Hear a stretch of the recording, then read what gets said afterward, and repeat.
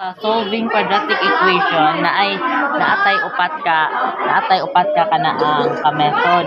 Pero akong itulo sa imo kay ang kanang ikaduha nga method, which is ang solving quadratic equation by factoring. Una, para makabaluta naon sa nato dapat makabaluta unsa ning quadratic equation. So, quadratic equation kay kanang naa siya square. Tapos pag extra, linear. Okay.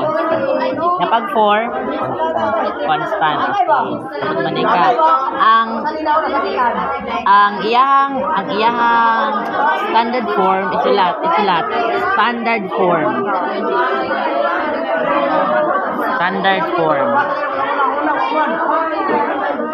Standard form niya kay ax squared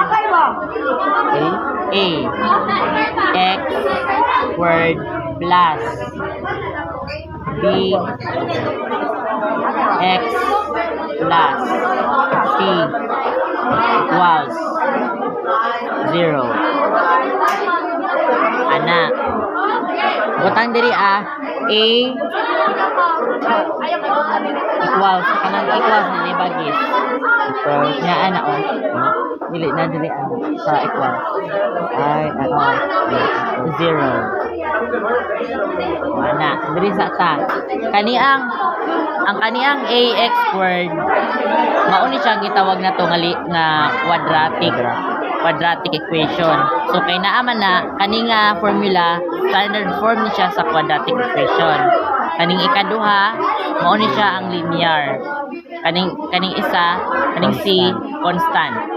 So kaning a pag man-solve na ta, mahimo na ni siya og mga numbers a, b, nya c.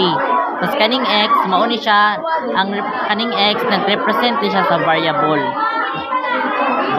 dato o ana. So kaning factoring para makabaluta unsaon pag-solve sa quadratic equation using factoring method, ang unahon nato i-transform nato ang atoang equation into standard form. So kinahanglan daw ang atong equation para makasolve ta gamit ani factoring ato sa imo ng standard form.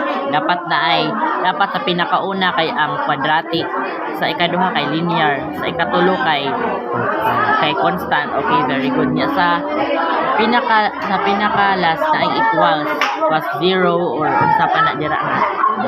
Oo, lagi equals 0. Kay para mahimo siyang equation dili